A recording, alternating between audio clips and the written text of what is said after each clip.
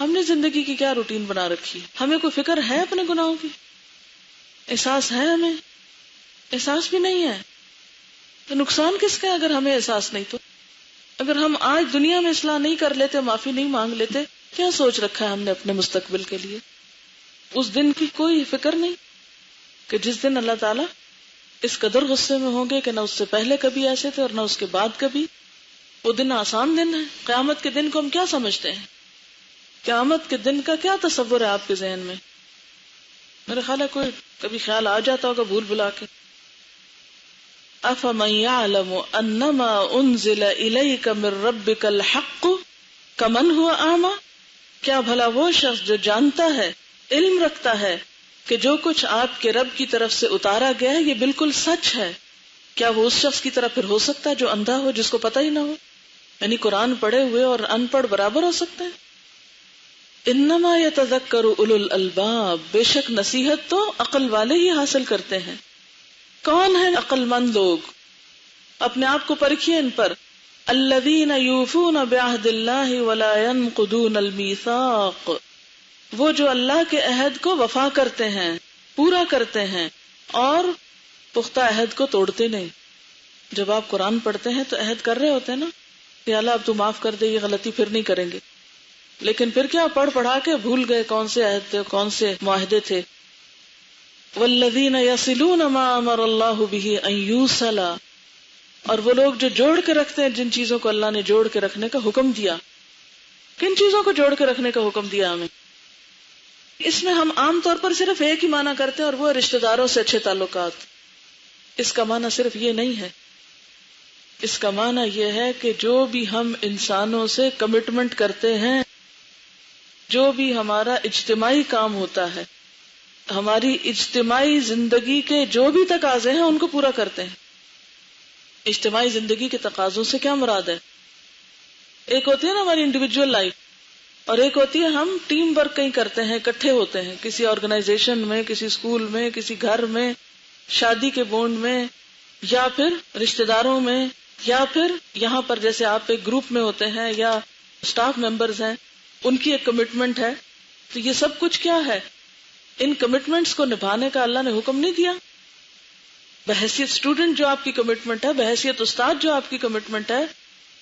تو جن چیزوں سے ہمیں جڑ کر رہنا چاہیے، جو ضرورت ہے، وتواصوا بالحق وتواصوا بالصبر کے ضمن میں، یہ بہت وسیع معنی رکھتا ہے. والذین یصلون ما امر اللہ بہ ان یوصل ویخشون ربہم، اور وہ اپنے رب سے ڈرتے ہیں. ویخافون سوء الحساب، اور وہ برے حساب سے ڈرتے ہیں. وہ برے حساب سے ڈرتے ہیں. کون سا برا حساب ہے جس سے وہ ڈرتے ہیں؟ قیامت کے دن کا. یعنی اس بات سے ڈرتے ہیں کہ کہیں ہم سے بری طرح حساب نہ لیا جائے.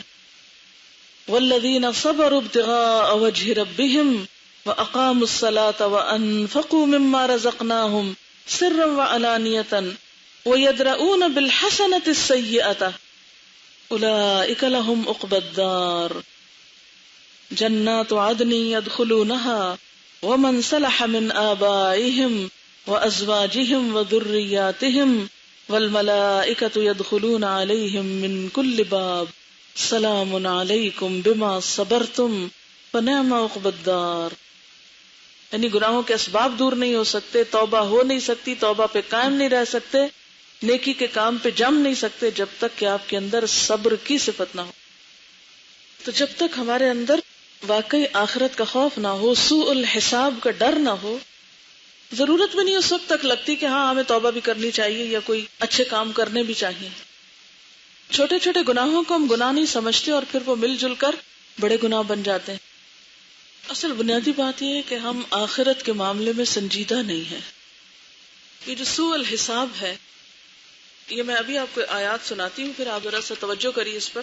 میرے خیال ہے زیادہ تر لوگوں کو ترجمہ آتا ہے، اور یہ جو نئے لوگ ہیں انہوں نے بھی اس سے ملتے جلتے لفظ پڑھ لیے ہیں، یعنی کوئی ایسی نئی بات نہیں. جو لوگ میثاق کو پورا نہیں کرتے اور جن رشتوں کو یا جن روابط کو اللہ نے قائم رکھنے کا حکم دیا ان کو کاٹ ڈالتے ہیں، تو ان کے لیے کیا ہے؟ لعنت ہے، اور ان کے لیے بہت برا گھر ہے.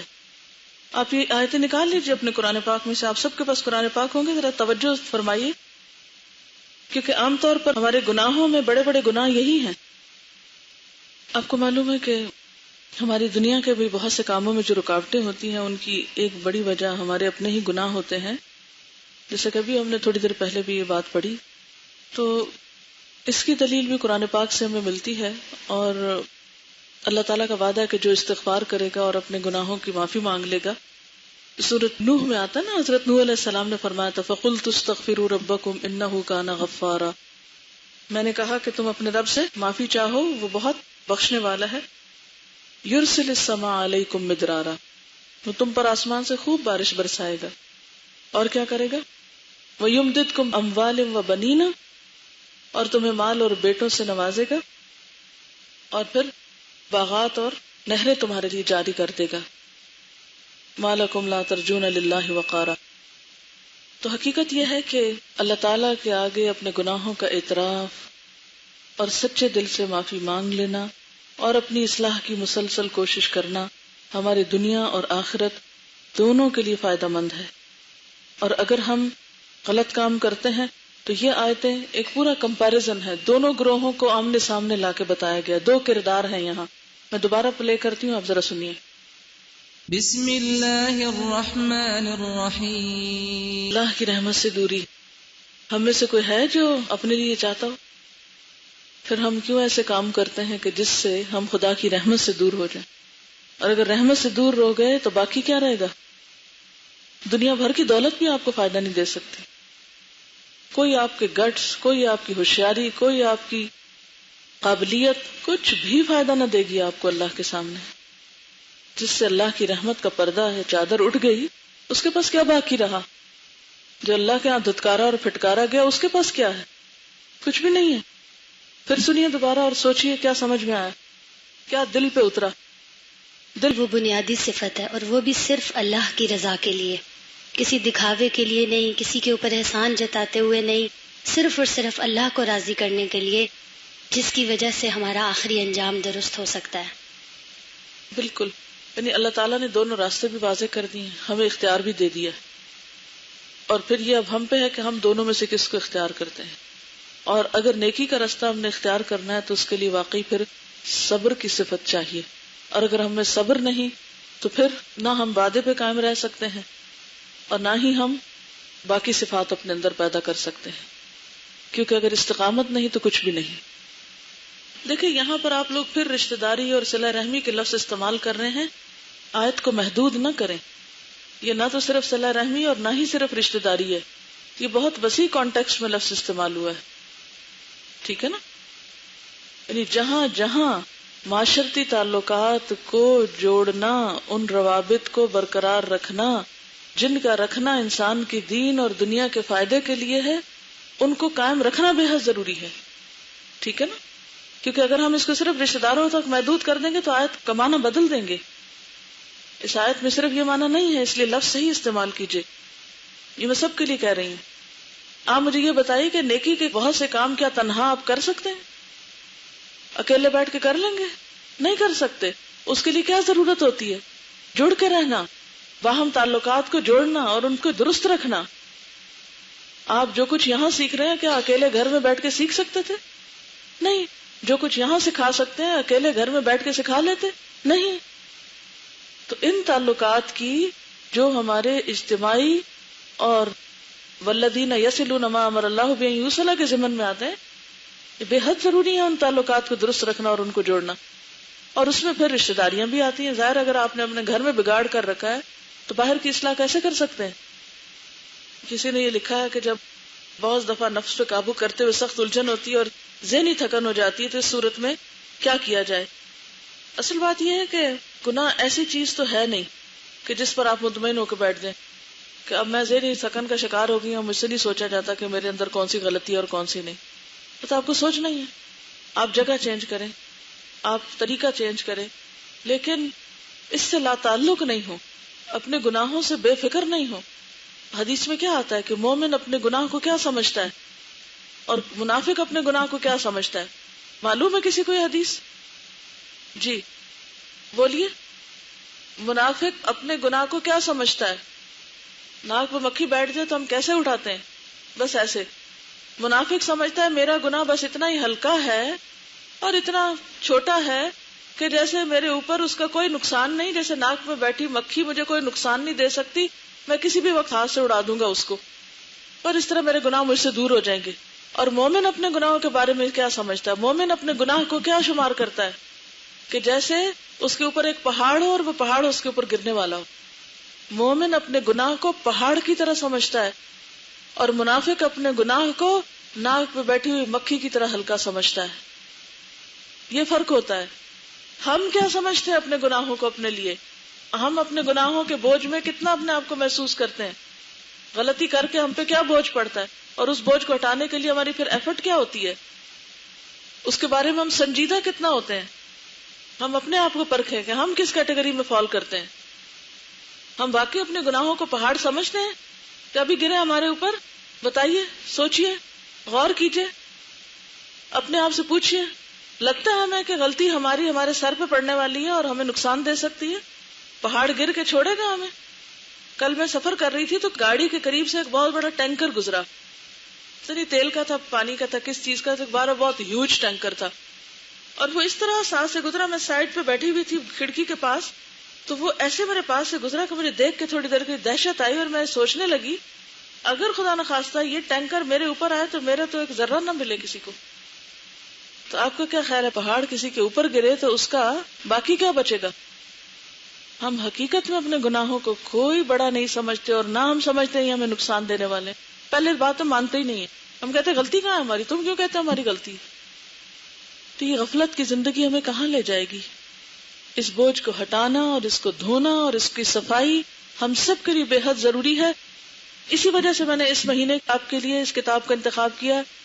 جتنا میں آپ کو پڑھا سکی پڑھا دوں گی، اور جو رہ جائے اسے آپ نے مکمل کرنا۔ ایکچولی جیسے میں نے آپ کو بتایا نا کہ میں اپنے مطالعے کے لیے مختلف کتابوں کا انتخاب کرتی رہتی ہوں، تو پھر روز کچھ حصہ پڑھتی ہوں۔ تو میں اس طرح اس کو پڑھ رہی تھی کہ روز ایک طریقہ سیکھ لیتی تھی یا دیکھ لیتی تھی کہ جس سے گناہ دھلتے ہیں، اور اس میں سے جو میرے بس اختیار میں تھا یا مجھ سے ریلیونٹ تھا اس کو میں اپنے عمل میں لانے کی کوشش کر رہی تھی کہ اس طریقے سے میں شاید کچھ فائدہ اٹھا سکوں۔ تو جب میں خود اپنے لیے کر رہی تھی تو جی چاہا کہ کیوں نہ آپ سب کو بھی اس سے فائدہ پہنچایا جائے۔ یہ 2 سوال اس پر آئے ہیں کہ گناہوں کی پہچان کے طریقے کیا ہو سکتے ہیں، اور انہوں نے لکھا ہے کہ کیا یہ اچھی بات ہوگی کہ میں اپنے ہسبینڈ اور بچوں سے پوچھوں کہ مجھے وہ باتیں میری بتائیں کہ جو میں غلط کرتی ہوں۔ یہ انہوں نے بہت اچھا طریقہ بتایا۔ پہلے سوال میں تھا کہ وہ طریقے بتائیں جس سے ہمیں ہمارے گناہ پتہ چلے، اور دوسرا یہ ہے کہ کیا ہم اپنے قریبی رشتہ داروں سے کہہ سکتے ہیں کہ وہ ہمیں ہماری غلطیاں بتائیں۔ بالکل یہی طریقہ ہے۔ اپنے گناہوں یا غلطیوں کو جاننے کا طریقہ کیا ہے؟ نمبر 1، ہم اپنے ساتھ سچے ہوں، جن غلط باتوں کو ہم غلط سمجھتے ہیں جب بھی ہم کریں تو ہم ان کو مان جائیں۔ نمبر 2، ہم اپنے قریبی لوگوں کو جو زیادہ قریب سے ہمیں جانتے ہیں، مثلا انہوں نے اپنے ہسبینڈ اور بچوں کو کہا، یہ تو بہت ہی اچھا ہے، کیونکہ جو ہمارے ہسبینڈ ہمیں جانتے ہیں وہ ہم خود بھی اپنے آپ کو نہیں جانتے، یا ہمارے بچے جو ہمیں جانتے ہیں وہ زیادہ بہتر طور پہ بعض اوقات بتا سکتے ہیں۔ ہو سکتا ہے بعض اوقات ان کی ججمنٹ غلط ہو، لیکن اگر وہ دلیل کے ساتھ بات کریں اور صحیح بات کریں تو پھر ہمیں ماننی چاہیے۔ اور اسی طرح ہم اپنے قریبی دوستوں کو بھی اجازت دیں کہ وہ ہمیں ہماری غلطی بتائیں، اور جب بتائیں تو خدا کے لیے صفائی نہیں پیش کریں۔ اگر کوئی ہمیں ذرا بھی غلطی بتا تو ہم کہتے ہیں نہیں ذرا ٹھہر جائے، میں تو بتاتی ہوں کہ اس کی وجہ کیا تھی، یہ چھوڑ دیں، وجہ کچھ بھی تھی، غلطی تو غلطی ہے، وجہ کے بغیر کون سی چیز ہوتی ہے؟ ہر چیز کے پیچھے کوئی وجہ ہوتی ہے۔ ابھی وجوہات تو سب سے پہلے میں نے آپ کو بتائی ہیں، شیطان کا بہکاوا ہو سکتا ہے، نفس کی خواہش ہو سکتی ہے، بہت سے اسباب جو ابھی آپ نے پڑھے۔ پہلے تو خود لسٹ ڈاؤن کریں اپنی، جو خود آپ اپنے آپ کو پہچانتے ہیں وہ خود لکھیں، یہ آپ کا ہوم ورک ہے سب کا، اپنی غلطیاں خود لکھیں۔ میں اس لیے یہ کرنے کی جرات کر رہی ہوں کہ یہ میں نے اپنے ساتھ بھی کیا ہوا یہ طریقہ، تو جو کام میں نے خود کیا ہوا ہے میں آپ کو کہہ سکتی ہوں، کیونکہ مجھے اس نے بہت فائدہ دیا تھا کہ میں کیا کیا غلطیاں کرتی ہوں۔ آپ لکھیں اور لکھ کے اب دیکھیں، اور اس کے بعد ایک لسٹ خود بنائیں اور ایک لسٹ کسی اور سے بنوائیں یا مختلف لوگوں سے بنوا لیں، فادر، مدر، بہن، بھائی، جو بھی قریب ہیں آپ کو اچھی طرح جانتے ہیں ان سے۔ پھر ان دونوں لسٹوں کو چیک کریں، پھر دیکھیں آپ خود کو کتنا نہیں پہچانتے، کہاں کہاں آپ کو پتہ ہی نہیں کہ آپ خود غلط ہیں، اپنے بارے میں آپ خود کتنے لا علم ہیں۔ اور کسی بھی غلطی پہ نہ تو صفائی پیش کرنی ہے، کیونکہ ہم فوراً اپنے آپ کو کور کرنے لگتے ہیں، ڈھانپنے لگتے ہیں، نہیں نہیں نہیں نہیں یہ اس لیے نہیں، اس لیے یہ نہیں کرنا، خاموش رہنا۔ اور پھر دیکھنا ہے کہ واقعی ہے اور میں کرتی ہوں تو کیوں کرتی ہوں، اور مجھے کیوں نہیں احساس کہ میں غلط کرتی ہوں. اور پھر اگلا سٹیپ کہ ان کو دھونا کیسے ہے، ان کو سامنے رکھ کے کیسے معافی مانگنی ہے. انشاءاللہ اگلے دنوں میں دیکھیں گے اس کو. اور پھر یہ بھی کہ اللہ تعالیٰ سے کیسے توبہ کرنی ہے اور اپنی اصلاح پھر کیسے کرنی ہے، درست کیسے کرنا ہے خود کو. صرف اتنا ہی ایکسرسائز کافی نہیں کہ ہم پتہ کر لیں کہ ہم میں یہ غلطیاں، اور پھر اس کے بعد کہ ہاں مان تو لیا ہے ہیں تو پھر کیا کریں، اب ہیں اتنا کافی نہیں، کیونکہ تو ہمیں پتہ ہے وہ خطرناک ہے، ہلاکت خیز ہے. آپ اس کو اس طرح بھی ڈیوائڈ کر سکتے ہیں، حقوق اللہ میں سے میں کیا غلطیاں کرتی ہوں، مثلا اپنی نمازوں کے ساتھ میرا کیا معاملہ ہے. یہ اتنی میں اوروں کو درس دیتی ہوں اور خود اپنی نمازیں قضا کرتی ہوں، تو ایسے لوگوں کے درس کیا کریں گے، ان کے منہ پہ نہیں پڑیں گے. پھر تعویلیں کیا کریں، تھکے ہوتے ہیں کیا کریں، بیمار ہیں تو کیا کریں، یہ ہے وہ ہے. یہ بلا کیا باتیں ہوئی؟ کیا واقعی وہ عذر جو آپ نے اپنے لیے گھڑ کے رکھے ہوئے ہیں وہ اللہ تعالیٰ کے ہاں بھی عذر ہیں؟ حقوق اللہ میں سے کیا کیا کمی ہے ابھی تک؟ نماز، روزہ، زکوٰۃ، حج وغیرہ وغیرہ. حقوق العباد میں کیا کمی ہے؟ اخلاقیات میں کس چیز کی کمی ہے؟ فرائض اور ذمہ داریوں کے حوالے سے کس قدر کوتاہی ہے، اور مجھے کیا کرنا چاہیے. مثلا اگر آپ کو یہ پتا چلے چھت گرنے والی تو آپ کیا کریں گے؟ پھر کیا کریں؟ گر جائے، یہی کریں گے.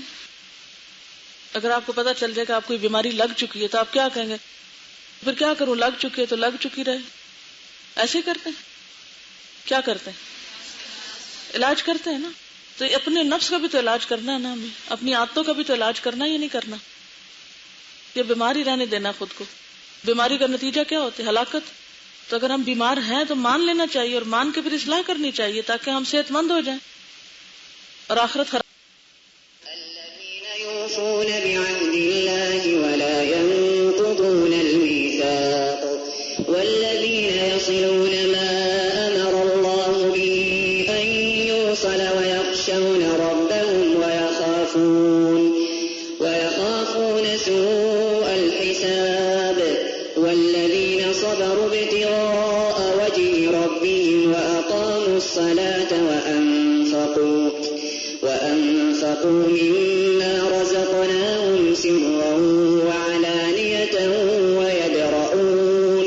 ويدرؤون بالحسنة السيئة أولئك لهم عقبى الدار جنات عدن يدخلونها ومن صلح من آبائهم وأزواجهم وذرياتهم والملائكة يدخلون عليهم من كل باب سلام عليكم بما صبرتم فنعم عقبى الدار والذين ينقضون عهد الله من بعد ميثاقه ويقطعون ما أمر الله به أن يوصل ويفسدون في الأرض